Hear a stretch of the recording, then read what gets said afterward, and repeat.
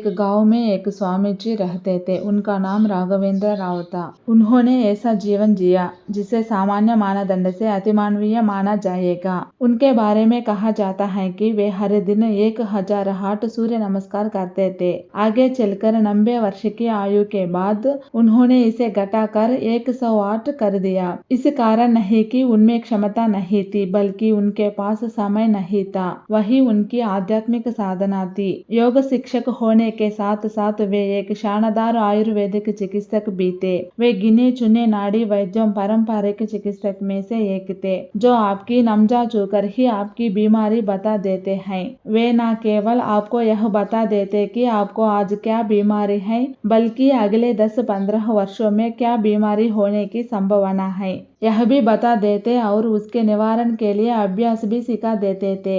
अपने आश्रम में बतौर आयुर्वेदिक चिकित्सक वे केवल हफ्ते में एक ही बार बैठते थे। वे चाहे कहीं भी हो, रविवार की शाम तक अपने आश्रम लौट आते थे ताकि सोमवार की सुबह लोगों के लिए उपलब्ध रहे। वे सुबह के 4 बजे मरीजों को देखने के लिए बैठ जाते थे और शाम के 7-8 बजे तक लगातार बैठे रहते। स्वयं के लिए अलग अलग शिफ्टों में उनकी मदद के लिए आते थे, किंतु वे स्वयं पूरे दिन लगातार बैठे रहते थे। इलाज के लिए आने वाले हर व्यक्ति को वे एक चुटकुला सुनाया करते थे। लोग यह भूल जाते थे कि वे उनके पास इलाज के लिए आए हैं। वह माहौल डॉक्टर मरीज की मुलाकात वाला कम और एक उत्साह जैसा अधिक होता था। यह तब की बात है जब वे तीसरी वर्षा के थे। एक बार रविवार के दिन देर रात वे एक रेलवे स्टेशन पर थे, जो उनके आश्रम से लगभग 75 किलोमीटर दूर था।